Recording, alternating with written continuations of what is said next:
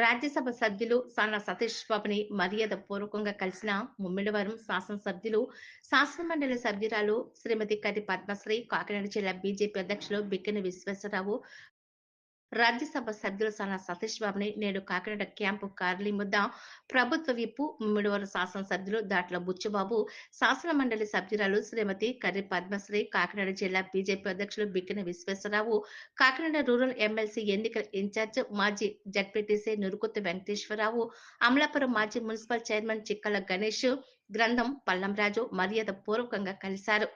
తదుపరి రాజ్యసభ సభ్యులు ఉమ్మడి గోదావరి జిల్లాల పట్టభద్రుల కూటమి అభ్యర్థి పేరాబత్తుల రాజశేఖర్ గెలుపు కోసం దిశానిర్దేశం చేశారు.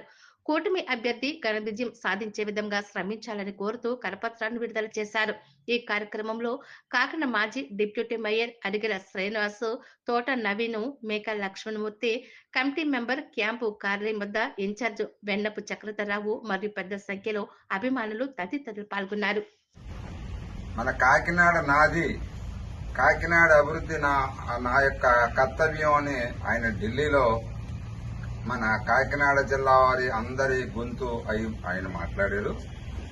ఆయన మొట్టమొదటి రోజే రాజ్యసభలో ప్రసంగిస్తూ డాక్టర్ బిఆర్ అంబేద్కర్ గారు రాసినటువంటి రాజ్యాంగం గురించి అద్భుతంగా మాట్లాడారు. తదుపరి తన ప్రాంత అభివృద్ధి కోసం వారు మాట్లాడిన తీరు నేను గత 30-40 సంవత్సరాలుగా నేను వాచ్ చేస్తున్నాను. ఎవరు కూడా మాట్లాడినంత గొప్పగా ఆయన మాట్లాడారు.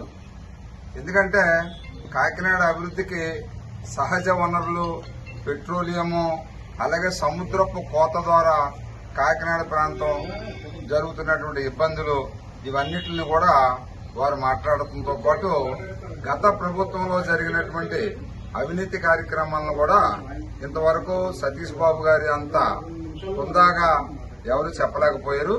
వారు రాజ్యసభలోను, అదేవిధంగా వారు పెట్టినటువంటి ప్రెస్ మీట్ లో కూడా ఆంధ్రప్రదేశ్ యొక్క అన్ని అవసరాలు, ఎందుకంటే గత 7 నెలల్లో ఎన్ని వేల కోట్ల రూపాయలు ఆంధ్రప్రదేశ్ అభివృద్ధికి పరిశ్రమల రూపంలో, కేంద్ర ప్రభుత్వం గ్రాంట్ల రూపంలో వచ్చినాయో అవన్నీ కూడా చెప్పారు.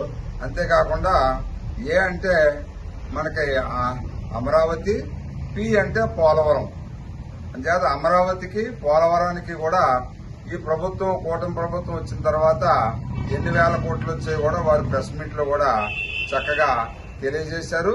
అంచేత మన కాకినాడ అభివృద్ధికి ఇవాళ సతీష్ బాబు గారు ఐకాన్ లాగా పనిచేసి రాబోయే రోజుల్లో కాకినాడని ఎంతగానో అభివృద్ధి చేయగలరు. ఎందుకంటే ఆయన ప్రస్తుతం సహజ వాయువు, పెట్రోలియం కమిటీకి వారు సభ్యులుగా ఉన్నారంటే ఓఎన్జీసీ, రిలయన్స్, ఇవన్నీ సంస్థలు కూడా ప్రస్తుతం మన సతీష్ బాబు గారి అండర్లోకి వచ్చినట్టే.